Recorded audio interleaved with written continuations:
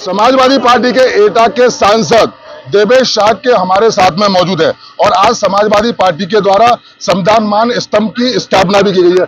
क्यों ऐसी नौबत आन पड़ी? संविधान को लेकर पहले शपथ भी अखिलेश यादव और आप दोनों के द्वारा ली गई, आज मान स्तंभ की स्थापना कर रहे हैं, क्या कहना चाहेंगे? देखिए, सबसे पहले तो मैं आपका आभार व्यक्त करना चाहता हूँ। आपने सवाल बहुत अच्छा पूछा। भारतीय जनता पार्टी की जो संविधान विरोधी नीति है उसके विरोध में हर जिले में समाजवादी पार्टी संविधान को बचाने के लिए संविधान स्तंभ की रखा जा रहा है, स्थापना करी जा रही है।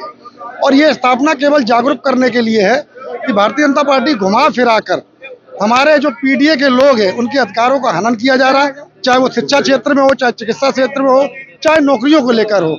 तो इससे हम लोग बहुत आहत हैं और इसकी लड़ाई लंबे समय तक लड़ेंगे और संविधान को बचाने के लिए अगर सड़कों पर उतरना पड़ा सड़कों पर उतर जाएंगे। 10 सीटों पर उपचुनाव होना है सांसद जी, और एक सही बात तो यह है कि जब आप चुनाव लड़े थे तो मैं एटा कवरेज करने गया था और एलआर बाहुल में मैंने देखा कि माहौल बहुत खराब था। खैर जीत आप चुके हैं, बहुत बधाई। अब 10 सीटों पर उपचुनाव होना है तो संसद में लाल टोपी काले कारनामे बड़े तरीके के बयान सामने आ रहे हैं, क्या मानते हैं इसको लेकर? निश्चित तौर पे इस बार समाजवादी पार्टी जो उपचुनाव है उत्तर प्रदेश में उसमें पीडीए का सहारा लेकर हम लोग इस चुनाव में जाएंगे और 10 में से 10 सीटें इस बार समाजवादी पार्टी जीत के आएगी और भारतीय जनता पार्टी को इस बार हार का करारा झटका लगेगा। अभी मुख्यमंत्री योगी आदित्यनाथ खैर में आए थे, उन्होंने कहा था समाजवादी पार्टी के लोग जिन्ना को मानने वाले लोग हैं, जिन्ना के समर्थक है, क्या कहेंगे इसको? तो खैर में आए हैं वो झूठे और जुमलेबाज लोग हैं।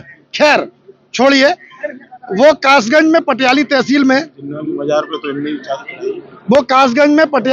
पटियाली में जब गए थे तो जनता को ऐसा जुमला दे के आए थे जहां बाढ़ राहत में गए थे। एक मुख्यमंत्री जब जाता है तो जनता को बहुत उम्मीदें होती है, लेकिन वहां से भी खाली हाथ कुछ बिना जनता को दिए लौट आए थे। इनकी कथनी और करनी में बहुत अंतर है।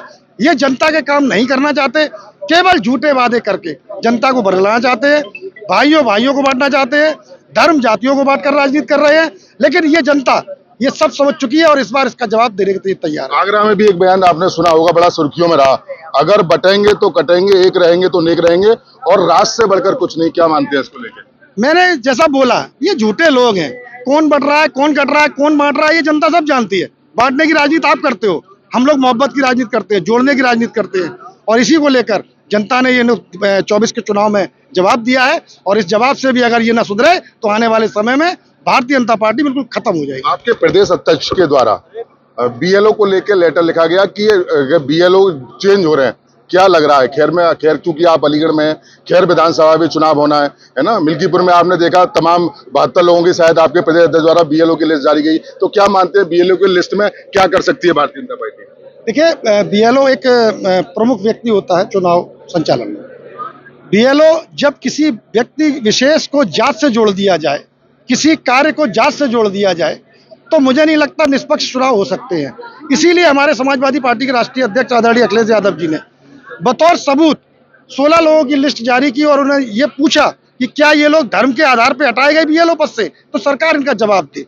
अगर धर्म के आधार पर हटाए गए हैं तो कहीं ना कहीं शासन ये चाहता है कि हम मनमानी करें उपचुनाव में और शासन पूरी तैयारी भी कर रहा है, लेकिन हम लोग ऐसा नहीं होने देंगे। आरक्षण में वर्गीकरण को लेकर सुप्रीम कोर्ट का जो निर्णय आया, क्या कहते हैं उसको लेकर? देखिए, सदन में ये मुद्दा उठा था और आरक्षण में वर्गीकरण को लेकर जब हम लोग बोले थे तो उनको बैकफुट पे जाना पड़ा। इस बार की संसद ऐसी नहीं है कि जो वो चाहेंगे वो कर लेंगे, लेकिन इस बार जनता ने जो ताकत दी है समाजवादी पार्टी को और इंडिया गठबंधन को, हम लोग निरंतर उनके गलत निर्णयों पर डट के सामना करते रहेंगे और गलत निर्णयों के साथ नहीं रहेंगे। देखिए, ये थे हमारे साथ में देवेश शाह जी, जो कि एटा से समाजवादी के सांसद और निश्चित रूप से इन्होंने एटा में इतिहास रचने का काम किया है। मैं सूर्य सत्यम भाषण के साथ मोहित गुप्ता, TV9 अलीगढ़।